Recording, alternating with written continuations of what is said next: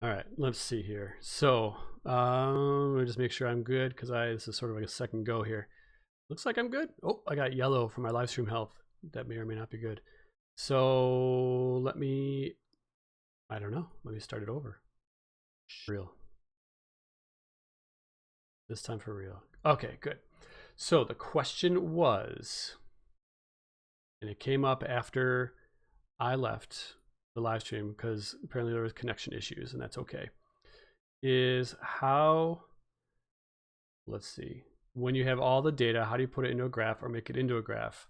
Okay, so let me show you, because that's why I wanted to jump back on the live stream to show you this. So I'm going to go to I'm going to go to Google Sheets. You can do this in Excel too. It's basically the same thing. All right, so I'm gonna make a new sheet or in Excel, or I like Excel better. I might just do this in Excel. I don't think I specify sheets or not. It's the same basic setup. It's the same basic principle. And basically the A column is all your X's and the B column is all your Y's. And so your X's is going to be your, let's see, let me think about that really quick. That's going to be your current, I believe. That's going to be your, yeah, because that's your independent or your dependent variable. So that's going to be your X's. Okay, so in your, hello, you can barely read that. Zoom in. So what I had up there, what originally was, those are your X's, those are your Y's.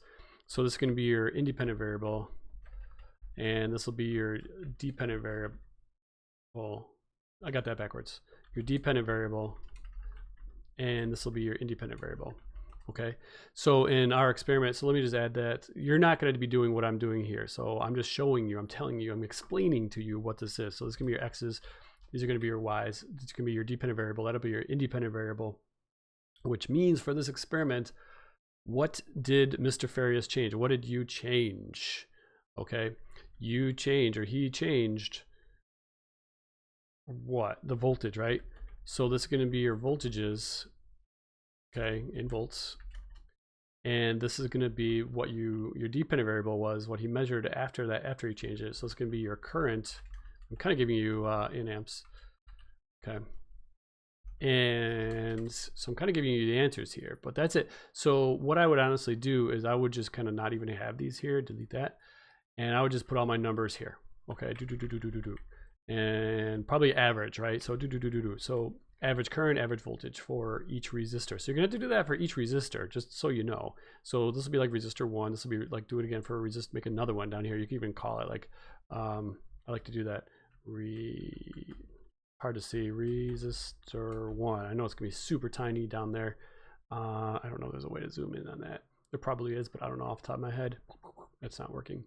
So I just call it, and then I can make a new sheet and call it resistor 2, whatever you want to do. It works the same thing in this. So you can add new sheets for each resistor, and then it's the same thing. Your A column will be your X's, which is your dependent variable. Your B column will be your Y's, which is your independent variable.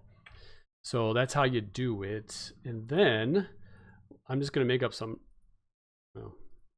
numbers here.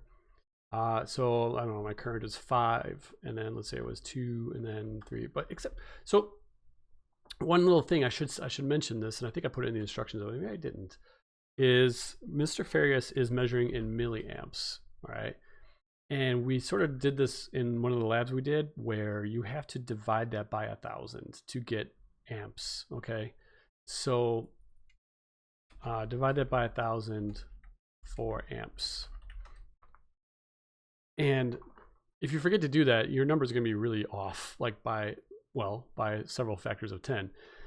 So like, I don't remember exactly what it was, but like Mr. Farias might be getting like 0.5, 0.7, 0.6, you know, let me probably go up a little bit. That's not even a number. And that would be probably the milliamp. So you're going to have to divide that by 1,000, right? So I like Excel and Sheets because you could just go 0.5 divided by, you could put the equal sign and then you put 0.5 divided by 1,000 and it does it for you automatically. So I forgot what I had here, 0.7, and I'm just making up numbers, divided by 1,000. Okay, and then, you know, the same thing there. So I probably should do that, copy paste, except I think I had 0.8. Okay. So then my voltage, I don't know, once again, I'm going to make up numbers here. So my voltage is, well, my current's going up. So I'm just going to go by my hypothesis that, you know, if I increase my voltage, then my current should go up.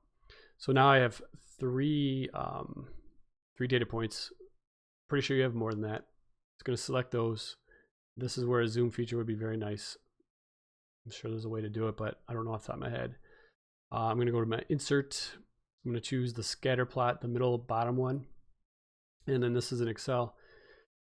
And if I choose the one with just the unconnected dots, that's the thing I'm looking for. So now I can zoom out a little bit. Okay, so now you can kind of see the trend line. And since I just made these numbers up, I'm kind of happy that I got a trend line. I'm going to add the trend line, but I'm not just going to select this box. I'm going to select the little arrow next to that box and do more options. And I'm going to choose, it looks like it's linear.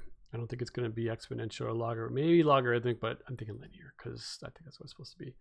And then I want to display the equation on the chart. So there's my y equals mx plus b equation. And don't forget, y is your voltage and x is your current. So you wouldn't actually use y equals mx plus b. You would say voltage is equal to this number times current plus whatever b is, probably close to 0. So similar in that way to, it's gonna, let's just actually just copy this so I don't have to retype all that. So similar to how you would do it in Sheets, basically the same thing. It'd be so nice if I could zoom. Oh, wait. Nope. What? Sure, I could zoom. Come on, you know. Okay, how about pick the zoom button? So it's the same idea here. So I just type the numbers in, I select what I want, and here I insert. And I believe it is so I'm not as adept with Sheets as I am with Excel. But yeah, so line chart, no, I like the one without the dot or without the lines already drawn in there. And now I got to change the zoom back because, well, it's too far out. So, and now there's ways to do like insert the trend line and all that. It's the same idea. I just, you know, you just Google it. How do I insert a trend line in Google Sheets? That type of thing. Okay. So hopefully that answers your question. I'm going to go back to the dashboard just so see. Yeah. Okay. So hopefully that answers your question. And if not, let me know. Talk to you later.